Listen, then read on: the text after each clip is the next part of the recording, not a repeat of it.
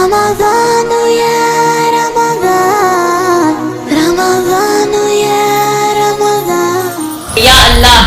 یہ رمضان کا مہینہ ہم کو آپ کی عبادت، آپ کی مغفرت، آپ کی رحمت اچھی صحت کے ساتھ عطا کریے. لیکن افسوس کہ یہ نافرمان مسلمان مرد یا عورتیں رمضان المبارک کے مہینے کو بھی نافرمانیوں میں نکال دیتے ہیں. جبکہ اللہ کے رسول صلی اللہ علیہ وسلم نے ترمذی شریف کی حدیث میں جب جبرائیل علیہ السلام نے کہا کہ لعنت ہو اس مسلمان پر جس کو رمضان کا مہینہ ملا لیکن اس نے اپنی مغفرت نہیں کرائی، تو اللہ کے رسول صلی اللہ علیہ وسلم جیسی ذات مبارکہ نے آمین کہا. ایک روزہ اگر ہم جان بوجھ کر چھوڑتے ہیں تو پھر اگر آپ کو اللہ 1,00,000 سال کی بھی عمر دے دے اور وہ 1,00,000 سال آپ روزانہ پابندی سے روزے رکھتے ہوئے کاٹتے ہیں، پھر بھی رمضان کے ایک روزے کی بھی بھرپائی نہیں کی جا سکتی. رمضان یا رمضان رمضان یا رمضان. الحمدللہ وحدہ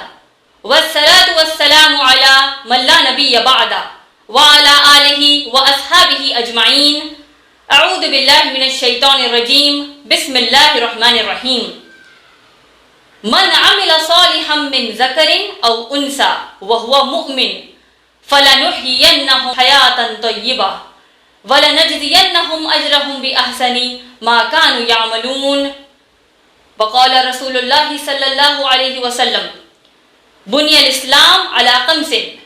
شہادت ان لا الہ الا اللہ وان محمد رسول اللہ واقام الصلاة وایتاء الزکاة والحج وصوم رمضان. بسم اللہ الرحمن الرحیم. رب اشرح لی صدری ویسر لی امری واحلل عقدۃ من لسانی یفقہوا قولی. اما بعد، میں آپ تمام کا اسلامی طریقے سے استقبال کرنا چاہتی ہوں. السلام علیکم ورحمۃ اللہ وبرکاتہ، جس کا معنی ہے آپ سب پر اللہ سبحانہ تعالیٰ کی سلامتی، رحمتیں اور برکتیں ہوں. میری آج کی تقریر کا عنوان ہے ہم عورتیں اور ہمارا رمضان. ماشاء اللہ تبارک اللہ، ہم سب پر اللہ سبحانہ تعالیٰ کا بہت بڑا احسان ہے کہ اللہ نے ہم کو دین اسلام کی دولت عطا فرمائی، جو کہ یقیناً کائنات کی سب سے قیمتی چیز ہے. افسوس ہے ان مسلمانوں پر جو دین اسلام کی دولت پا کر بھی اپنے آپ کو جہنم کی آگ سے نہ بچا سکی. الحمدللہ چند دنوں میں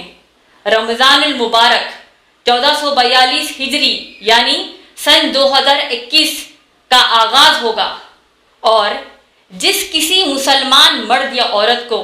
یہ رمضان المبارک کا مہینہ ایمان کی حالت میں اور اچھی صحت کی حالت میں مل جائے تو سمجھو کہ اللہ نے اپنی عبادت، اپنی رحمت اور اپنی مغفرت کے لیے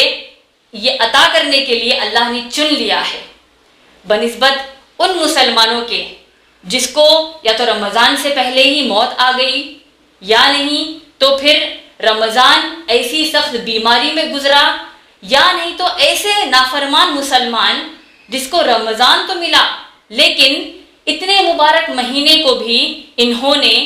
وہ مہینہ جس کو صحابہ صحابیات رضی اللہ تعالیٰ عنہ مجمعین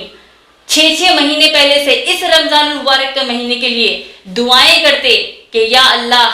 یہ رمضان کا مہینہ ہم کو آپ کی عبادت، آپ کی مغفرت، آپ کی رحمت اچھی صحت کے ساتھ عطا کریے. لیکن افسوس کہ یہ نافرمان مسلمان مرد یا عورتیں رمضان المبارک کے مہینے کو بھی نافرمانیوں میں نکال دیتے ہیں، اپنی نفس کی عبادت کرتے ہوئے نافرمانیاں کر بیٹھتے ہیں. یقیناً حقیقت تو یہ ہے کہ امت مسلمہ میں یہ چند جو نافرمان مسلمان مرد اور عورتیں ہیں، یہ دراصل اللہ کی مغفرت، اللہ کی رحمت اور اللہ کی عبادت کے لیے اللہ نے انہیں چنا ہی نہیں ہے، اور اللہ نے ان کو ایک ڈھیلی ڈور دے دی ہے اور یہ اللہ کی عبادت سے محروم ہو گئے. تو میں آپ سب سے گزارش کرنا چاہتی ہوں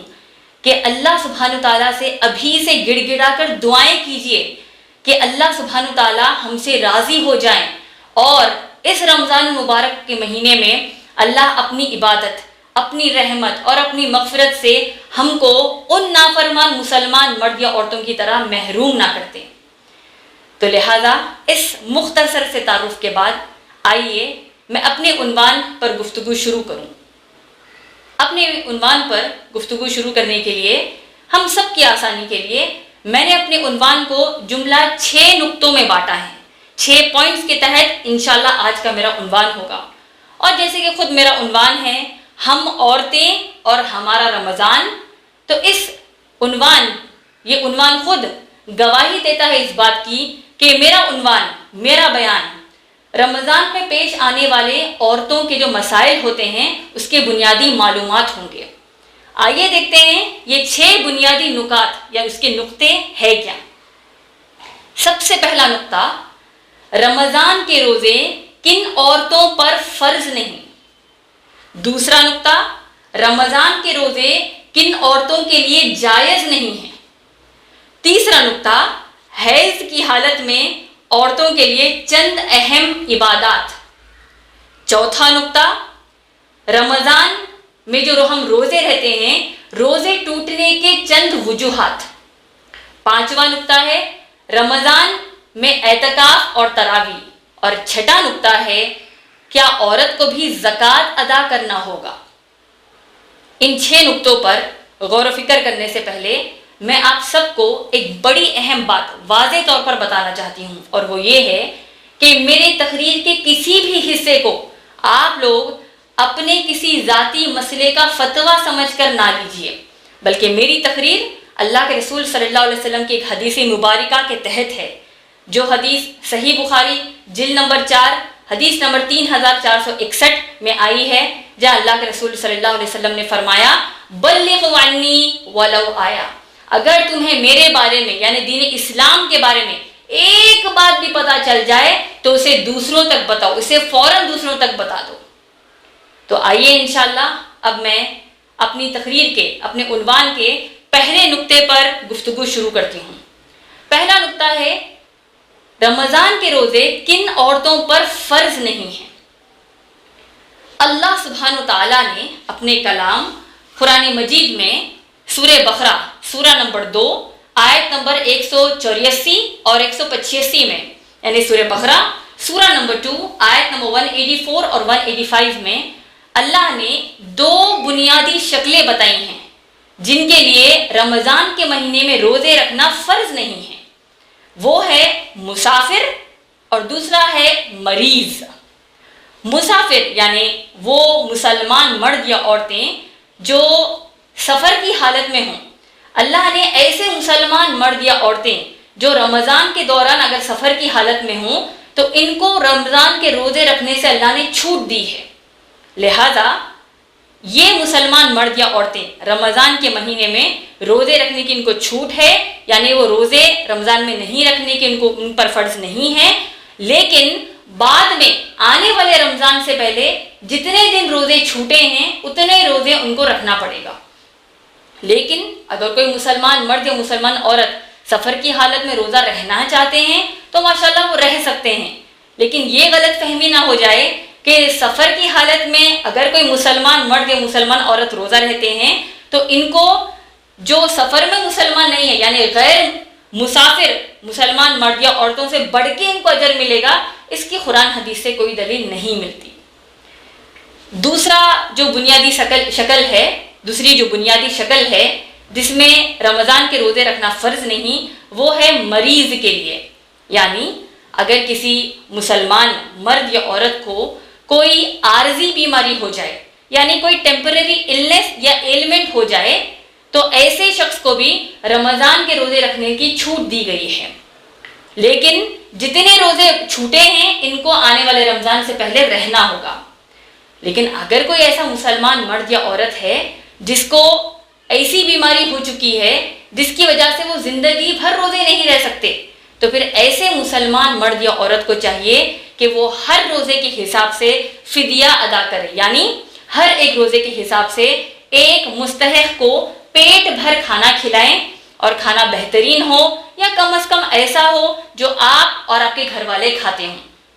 لیکن میری بہنوں یاد رکھیے، یہ فدیہ ادا کرنے کا، غریب کو مستحق کو کھانا کھلانے کا جو مسئلہ ہے روزے کے بدلے، یہ صرف ایسے مریض کے لیے ہے جس کو ڈاکٹرز نے جواب دے دیا کہ یہ زندگی بھر روزہ نہیں رہ سکتے، نہ کہ ایسے مسلمانوں کے لیے جو جان بوجھ کر بیکار کے بہانے دے کر، جس کا قرآن حدیث سے کوئی تعلق نہیں ہے، ایسے بہانے دے کر روزے چھوڑتے ہیں، جیسے کہ تھکان والا کام، نوکری میں تھکان ہو رہی ہو، یا پھر دھوپ میں اسکول یا کالج کو آنا جانا، ایگزامز کی تیاری، یا نہیں تو پڑھائی کا بوجھ، یا نہیں تو ایگزامز اگر ہوتے ہیں رمضان کے مہینے میں تو ایگزام سینٹر کو آنے جانے کا جو مسئلہ ہے، روزے رکھنے کا تو سوال ہی نہیں ہوتا۔ یعنی ایسے مسئلے جہاں پر آپ پڑھائی کو ترجیح دے رہے ہیں اور اللہ کی جو فرض عبادت ہے اس کو ترجیح نہیں دیتے۔ اور افسوس کی بات تو یہ ہے کہ ایسے مسلمان ماں باپ بھی ہیں جو ایک طرف اسلام کا واسطہ دے کر اولاد کو ماں باپ کی فرما برداری کی ترجیح دیتے ہیں، یہی ماں باپ اگر ایگزامز کا وقت آ جائے یا زیادہ پڑھائی بچوں پر پڑ جائے تو وہ کہتے ہیں کہ روزے بعد میں رکھ لو، اللہ معاف کرنے والا ہے، پہلے پڑھائی پر توجہ دے دو۔ تو ایسی پڑھائی، ایسی نوکری پر لعنت ہو۔ اور یاد رکھیے علامہ اقبال کا وہ شعر جہاں انہوں نے بتایا، اللہ سے کرے دور تو تعلیم بھی فتنہ، ماں باپ بھی، اولاد بھی، جاگیر بھی فتنہ۔ ایسے تمام بہانے جو ہم دیتے ہیں یہ حرام ہیں۔ اور یاد رکھ لیجئے، ایک روزہ اگر ہم جان بوجھ کر چھوڑتے ہیں تو پھر اگر آپ کو اللہ 1,00,000 سال کی بھی عمر دے دے اور وہ 1,00,000 سال آپ روزانہ پابندی سے روزے رکھتے ہوئے کاٹتے ہیں، پھر بھی رمضان کے ایک روزے کی بھی بھرپائی نہیں کی جا سکتی۔ تو لہٰذا دو جو بنیادی شکلیں میں نے بتائیں وہ ہے مسافر یا پھر مریض جن کو روزے رکھنا فرض نہیں ہے لیکن بعد میں ان کو روزہ رکھنا پڑے گا، سوائے ایسے مریض کے جو زندگی بھر روزہ نہیں رکھ سکتے، ان کو ہر روزے کے حساب سے مستحق کو کھانا کھلانا پڑے گا پیٹ بھر۔ اس کے علاوہ عام طور پر ہم عورتوں کو رمضان سے تعلق سے یہ بھی سوال آتا ہے کہ کیا حاملہ اور دودھ پلانے والی عورتیں بھی، کیا ان پر بھی روزہ فرض ہے؟ تو جب آپ اسلام کیو اے کا فتویٰ نمبر 3434 پڑھتے ہیں تو اس میں جب شیخ بن باز رحمہ اللہ سے پوچھا گیا حاملہ اور دودھ پلانے والی عورتوں کے بارے میں تو انہوں نے بتایا کہ حاملہ اور دودھ پلانے والی عورتوں پر ویسا ہی حکم نافذ ہوگا جیسے کہ مریض پر ہوتا ہے۔ جس کا مطلب کیا ہوا؟ صاف سیدھی بات یہی ہے کہ اگر کوئی حاملہ اور دودھ پلانے والی عورت طاقت محسوس کرتی ہے، وہ روزہ رہنا چاہتی ہے، رہ سکتی ہے رمضان کے مہینے میں، تو وہ ماشاءاللہ رہ سکتی ہے، لیکن وہ نہیں رکھ سکتی، اس کی جان کا اس کو نقصان محسوس ہوتا ہے، بچے کے لیے محسوس ہوتا ہے، اس کے لیے مشکل ہے، تو علماء اکرام نے بتایا تو اس کو روزے کی چھوٹ دی گئی ہے، بشرطے کہ آنے والے دنوں میں رمضان کے بعد جتنے روزے چھوٹے ہیں ان کو وہ پورا کر لیں۔ تو یہ تھا میری بہنوں سب سے پہلا نقطہ میری تقریر کا، میرے عنوان کا، رمضان کے روزے کن عورتوں پر فرض نہیں۔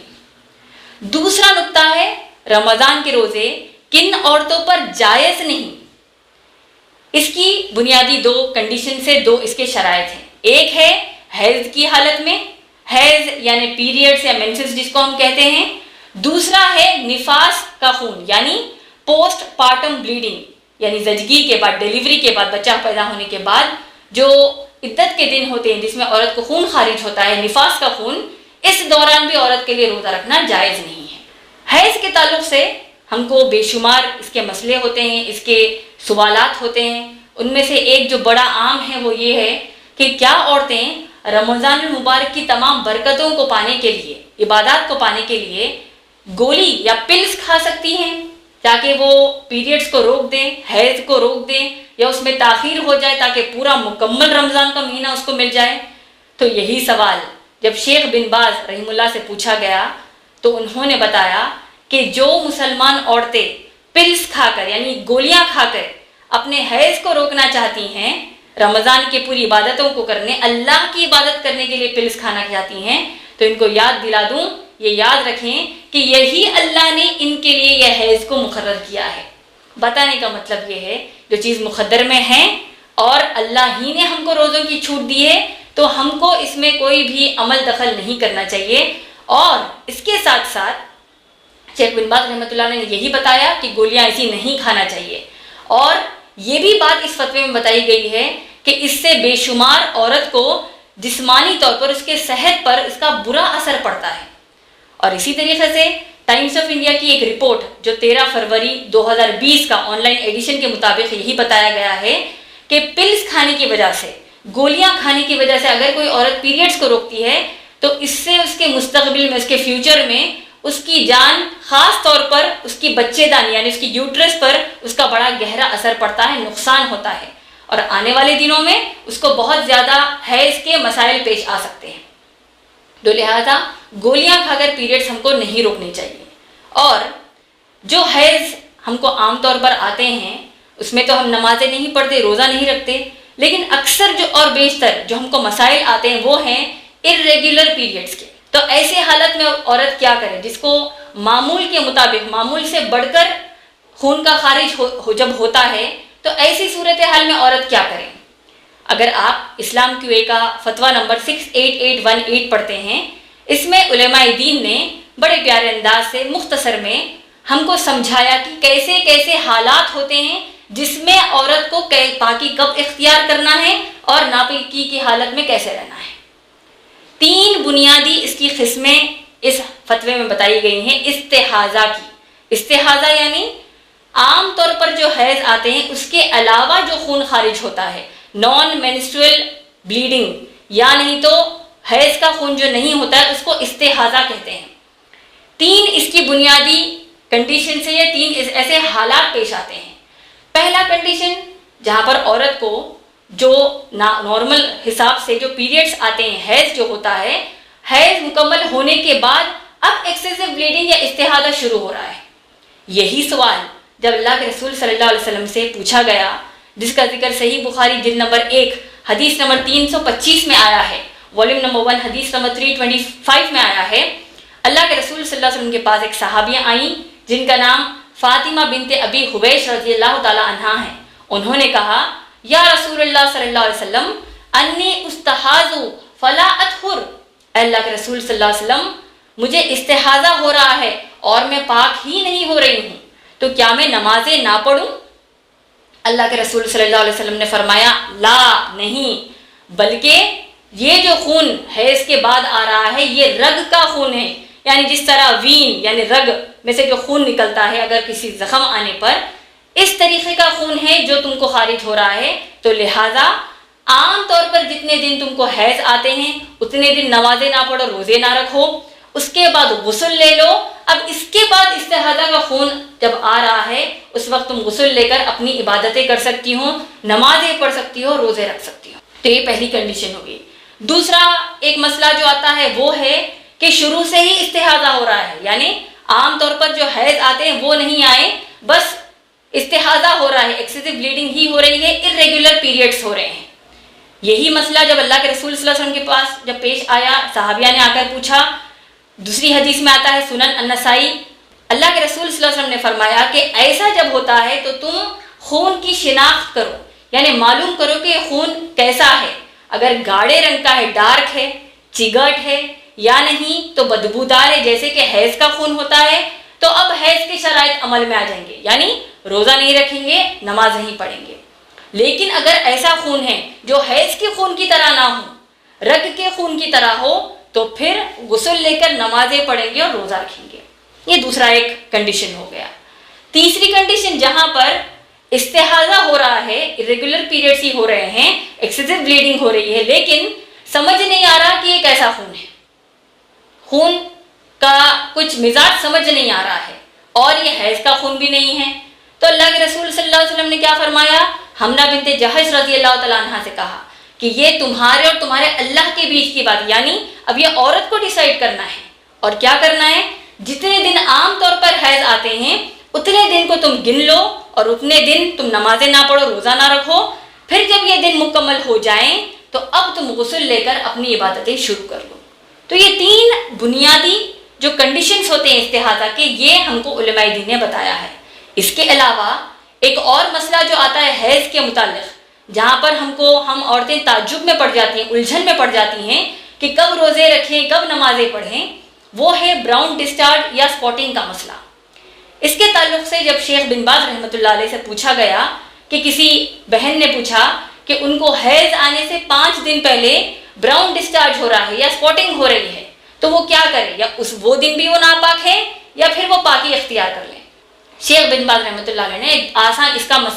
مسئلے کا حل بتایا، وہ یہ ہے کہ اگر یہ براؤن ڈسچارج یا یہ اسپاٹنگ حیض کے خون سے علیحدہ ہے، یعنی الگ اوقات میں آ رہے ہیں، سپریٹ ہے، کچھ عرصہ ہی صحیح لیکن جا رہا ہے دونوں کے بیچ، تو پھر یہ حیض نہیں ہے، تو لہٰذا آپ کو نمازیں پڑھنی ہے، روزہ رکھنا ہے۔ لیکن اگر براؤن ڈسچارج ہو یا اسپاٹنگ ہو، پیریڈ سے پہلے ہو یا پیریڈز کے بعد ہو، دونوں بھی صورتوں میں اگر یہ حیض کے خون کے ساتھ ساتھ ہیں، یعنی علیحدگی ان کے اندر نہیں ہے، ایک کے بعد ایک ہو رہا ہے، تو پھر یہ حیض ہی ہے اور عورت کو چاہیے کہ وہ اس وقت نمازیں نہ پڑھے۔ تو یہ تھا بنیادی طور پر حیض کے بنیادی جو ہم کو سوالات آتے ہیں، اس کے اوپر بنیادی میں نے ماشاءاللہ معلومات آپ سب کو فراہم کی ہے۔ اب نفاس کا جو مسئلہ ہے جس میں روزہ رکھنا عورت کے لیے جائز نہیں ہے، نفاس یعنی پوسٹ پارٹم بلیڈنگ، زچگی کے بعد جو عدت کے دن ہوتے ہیں، اس کے اوپر کئی ہماری بہنوں کو یہ غلط فہمی ہے کہ عورت بچہ پیدا ہونے کے بعد، زچگی کے بعد 40 دن تک ناپاک ہوتی ہے، جبکہ آپ غور کریں گے قرآن حدیث کی روشنی میں 40 دن اپر لمٹ ہے۔ اگر عورت 40 دن کے اندر ہی، بہت پہلے ہی شاید، اگر وہ اس کو خون رک جاتا ہے اور وہ پاکی اختیار کر لیتی ہے تو اس کو چاہیے کہ وہ غسل لے لیں اور اپنی نمازیں پڑھیں۔ تو یہ تھا میری بہنوں دوسرا نقطہ میرے بیان کا، رمضان کے روزے کن عورتوں کے لیے جائز نہیں ہیں۔ تیسرا نقطہ ہے حیض کی حالت میں چند اہم عبادات۔ میری پیاری بہنوں، بے شک رمضان المبارک کے مہینے میں اگر حیض آ جائیں تو ہم کو برا محسوس تو ہوتا ہی ہے، ہم مس کرتے ہیں ہمارے روزوں کو اور ہماری یہ نمازوں کو، لیکن یاد رکھیے جو چیز اللہ نے ہمارے لیے مقدر کی ہے اس میں ہم کو برا نہیں معلوم ہونا چاہیے، اور ایسے حالت میں بھی ہم اللہ کی بے شمار عبادات کرنے کے لیے ڈھونڈنا چاہیے اور ایسی عبادتیں ہم کو کرنی چاہیے۔ تعجب کی بات یہ ہے، ہم یہ نہیں سوچتے کہ نماز، روزہ اور ایکاد ایسی عبادت کو چھوڑ کے حیض میں عورتیں بے شمار عبادات کر سکتی ہیں۔ اگر کوئی یہ پوچھے کہ کیا حیض کی حالت میں قرآن کی تلاوت کی جا سکتی ہے، اگر ہم اسلام کیو اے کا فتویٰ نمبر 2564 یعنی 2564 پڑھتے ہیں تو اس میں آتا ہے کہ بعض علماء کے نزدیک عورت کو جو قرآن کا حصہ حفظ ہے، یعنی جو اس کو یاد ہے، وہ بھی وہ تلاوت حیض کی حالت میں نہیں کر سکتی۔ لیکن شیخ بن باز، شیخ عثیمین رحمۃ اللہ علیہ اور دیگر الگ الگ جو علماء ہیں، ان کے نزدیک یہ ہے کہ عورت حیض کی حالت میں جتنا اس کو قرآن یاد ہے اس کی وہ تلاوت کر سکتی ہے۔ اس کی دلیل پیش کرتے ہوئے کہا کہ اللہ کے رسول صلی اللہ علیہ وسلم کے دور مبارک میں حیض میں جب عورتیں ہوتی تو اس وقت بھی قرآن کی تلاوت کرتی حیض کی حالت میں، جو وہ یاد کر چکی ہیں، اور اللہ کے رسول صلی اللہ علیہ وسلم نے ان کو اس وقت نہیں روکا۔ تو اس سے مراد کیا ہوا کہ ہم حیض کی حالت میں جتنی قرآن ہم کو یاد ہے اس کو ہم تلاوت کر سکتے ہیں ماشاءاللہ۔ رہا چھونے کا مسئلہ، اس قرآن کو چھونے کا مسئلہ، تو وہ بات تو طے ہے کہ القرآن جس میں صرف عربی ہو، اس کو حیض میں اگر عورت ہو تو اس کو ہاتھ نہیں لگا سکتی۔ اگر گلوز پہن کر لگاتی ہیں تو وہ لگا سکتی ہے، لیکن کھلے ہاتھ کے ساتھ قرآن کو، القرآن کو جس میں صرف عربی ہو، اس کو ہاتھ نہیں لگا سکتے۔ لیکن ہم قرآن کا جو صرف ترجمہ آتا ہے اس کو ہم پڑھ سکتے ہیں، جیسے کہ اللہ نے اس قرآن میں سورہ بقرہ کی آیت نمبر 185 میں فرمایا کہ یہ قرآن ہدایت کے لیے اللہ نے نازل کی ہے۔ تو ہم اگرچہ کہ تلاوت نہیں کر سکتے، لیکن اس سے ہدایت پانے کے لیے جو اصل مقصد قرآن کا ہے، اس کے لیے اس قرآن کے ترجمے کو آپ مکمل کیجئے، انگلش میں، اردو میں، جو بھی آپ کو زبان آتی ہے اس زبان میں اس قرآن کو سمجھنے کی کوشش کیجئے ماشاءاللہ۔ اس کے ساتھ ساتھ آپ خوب اللہ کا ذکر کیجئے، زبان تو ہماری پاک ہے ماشاءاللہ، جتنا ہو سکے اللہ کا ذکر، بے شمار کلمات جو قرآن میں خود اللہ کے ذکر کے آئے ہیں، بے شمار کلمات جو اللہ کے رسول صلی اللہ علیہ وسلم کی سیرت میں آئے ہیں، ان تمام کلمات کو آپ ماشاءاللہ دہرائیے۔ اس کے علاوہ دعائیں جو ایک مومن کا اتنا بڑا ہتھیار، اتنی اہم چیز ہے مومن کے لیے ماشاءاللہ۔ دعاؤں کے بارے میں اللہ کے رسول صلی اللہ علیہ وسلم نے ترمذی شریف کی حدیث میں فرمایا، الدعا هو العبادہ، دعا عبادت کی اصل ہے، اور ہم یہ دعائیں خاص طور پر ہماری مغفرت کی دعائیں، ہماری ہدایت کی دعاؤں کو ہم حیض کی حالت میں بھی نہیں کرتے۔ جبکہ اللہ کے رسول صلی اللہ علیہ وسلم نے ترمذی شریف کی حدیث میں جب جبرائیل علیہ السلام نے کہا کہ لعنت ہو اس مسلمان پر جس کو رمضان کا مہینہ ملا لیکن اس نے اپنی مغفرت نہیں کرائی، تو اللہ کے رسول صلی اللہ علیہ وسلم جیسی ذات مبارکہ نے آمین کہا۔ تو کیوں نہ ہم ہماری مغفرت کی دعائیں حیض کی حالت میں کریں اور بغیر حیض کی حالت میں بھی کریں۔ تو ہم کو چاہیے حیض کی حالت میں ہم خوب ساری دعائیں کریں، اس کے علاوہ خوب ساری خیرات کیجیے، جتنا آپ سے ہو، جتنا زیادہ آپ سے ہو اتنا زیادہ آپ جنت کے قریب جائیں گے۔ خوب اللہ کے لیے خیرات کیجیے ماشاءاللہ۔ تو یہ تھے بنیادی، اس کے علاوہ بے شمار ایسی نیکیاں ہیں جو عورتیں حیض کی حالت میں کر سکتی ہیں، میں نے مختصر میں بتایا تاکہ ہم کم از کم یہ کریں اور انشاءاللہ اور دوسری نیکیاں کرتے چلے جائیں۔ اب آئیے دیکھتے ہیں جو چوتھا بنیادی نقطہ ہے میری تقریر کا، وہ ہے روزہ ٹوٹنے کے چند وجوہات۔ روزہ کن چیزوں سے ٹوٹتا ہے؟ جان بوجھ کر کھا لینے یا پی لینے سے روزہ ٹوٹ جاتا ہے۔ اس کے بنسبت آپ دیکھیے اگر بھول چوک میں کھا لیں تو کیا ہوگا؟ روزہ نہیں ٹوٹے گا۔ کیوں؟ کیونکہ اللہ کے رسول صلی اللہ علیہ وسلم کی حدیث مبارکہ، جس نے غلطی سے کچھ کھا لیا یا پی لیا رمضان کے مہینے میں روزے کی حالت میں، اس کا روزہ نہیں ٹوٹتا کیونکہ اللہ نے اسے کھلایا اور پلایا ہے۔ تو روزہ کن چیزوں سے ٹوٹتا ہے؟ جان بوجھ کر کھانے یا پینے سے روزہ ٹوٹ جاتا ہے۔ اسی طریقے سے جان بوجھ کر خے کرنے سے، وامٹ کرنے سے بھی روزہ ٹوٹ جاتا ہے۔ اس کے علاوہ اگر ہم ہجامہ کراتے ہیں، کپنگ کراتے ہیں روزے کی حالت میں، تو اس سے بھی روزہ ٹوٹ جاتا ہے۔ اس کے علاوہ نوز ڈراپس، یعنی ناک میں جو ہم ڈراپس ڈالتے ہیں دوا کے طور پر، اس سے بھی روزہ ٹوٹ جاتا ہے۔ اور علماء اکرام نے اس کی ایک اور دلیل بھی اللہ کے رسول صلی اللہ علیہ وسلم کی ایک حدیث مبارکہ کو بتاتے ہوئے کہا کہ نوز ڈراپس جو ہوتے ہیں یہ روزے کی حالت میں کیوں استعمال نہیں کرنا چاہیے؟ کیونکہ نوز ڈراپس کے ذریعے ہمارے حلق تک اس کے خطرے جاتے ہیں۔ تو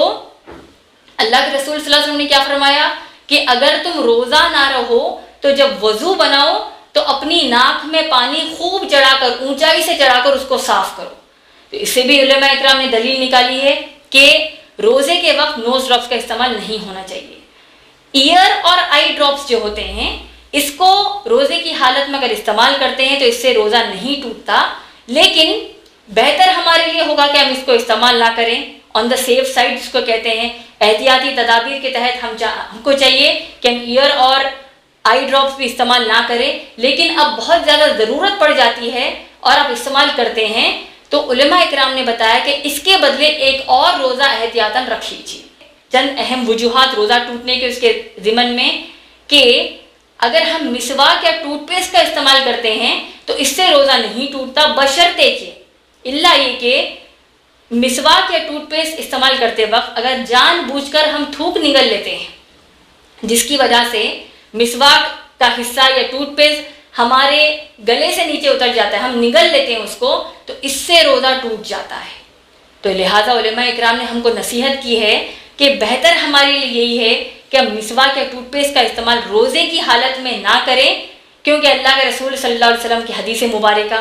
جہاں پر اللہ کے رسول صلی اللہ علیہ وسلم نے فرمایا کہ روزے دار کے منہ سے نکلنے والی بو اللہ کو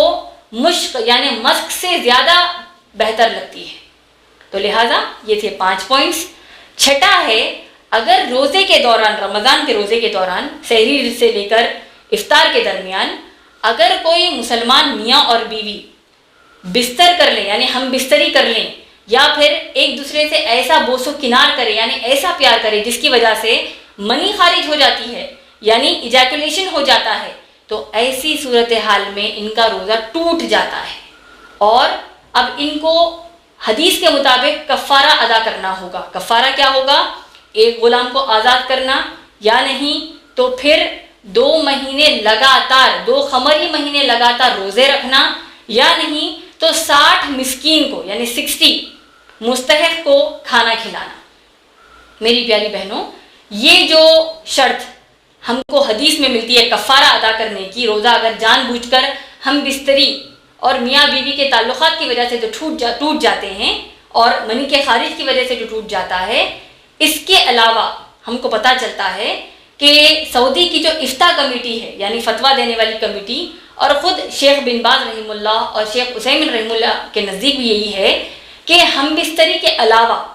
اگر کسی اور طریقے سے کوئی مسلمان جان بوجھ کر روزے کو توڑ دیتے ہیں تو اس کا کفارہ نہیں ہے، لیکن یہ گنہگار مسلمان کو چاہیے کہ اس روزے کے بدلے ایک اور روزہ رکھ لیں اور خوب گڑ گڑا کر اللہ سے توبہ کریں۔ افسوس کی بات یہ ہے کہ آج کے ہمارے معاشرے میں جو بے لگام سوشل میڈیا کا استعمال ہو رہا ہے، جہاں پر نوجوان لڑکے اور لڑکیاں اس سوشل میڈیا پر بے حیا اور گندگی کے تجربے کر رہے ہیں، اور ان تجربے کرتے ہوئے اگر وہ بے قابو ہو کر کوئی ایسی حرکت کر دیں جس سے کہ منی خارج ہو گئی، جیسے کہ نعوذ باللہ مٹھ مارنا یعنی میسٹربیشن، یا کوئی ایسا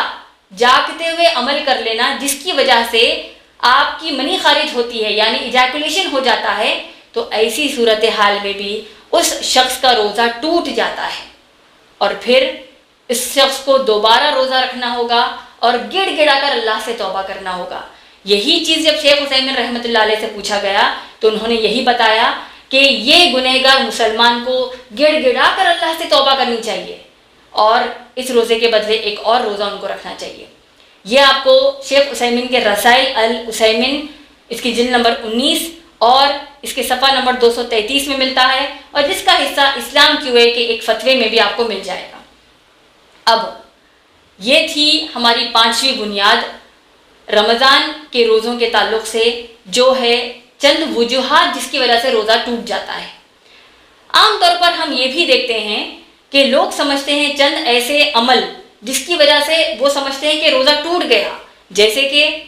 بال کاٹنے سے روزہ ٹوٹ جاتا ہے، لوگ سمجھتے ہیں، جبکہ اس کی کوئی دلیل نہیں ہے، یعنی بال کاٹنے سے روزہ نہیں ٹوٹتا۔ اسی طریقے سے ناخن کاٹنے سے بھی روزہ نہیں ٹوٹتا، سورما یا کاجل لگانے سے بھی روزہ نہیں ٹوٹتا، آپ بغل کے بال یعنی آرم پٹس کے بال یا زیر ناف یعنی پیوبک ہیئر جو ہوتے ہیں ان کو بھی آپ نکالتے ہیں تو اس سے بھی روزہ نہیں ٹوٹتا۔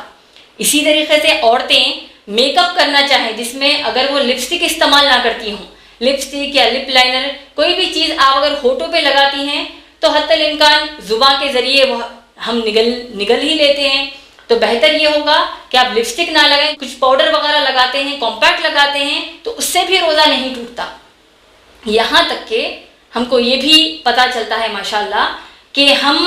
جو ویکسینیشنز آج کے ماحول میں دیکھ رہے ہیں، کووڈ ویکسینز کے بارے میں جو آج ماحول چل رہا ہے، تو ایسے صورتحال میں اگر کوئی مسلمان مرد یا عورت کووڈ ویکسین روزے کی حالت میں لینا چاہتے ہیں تو وہ لے سکتے ہیں، لیکن خیال اس چیز کا رکھیے کہ کوئی بھی چیز آپ کی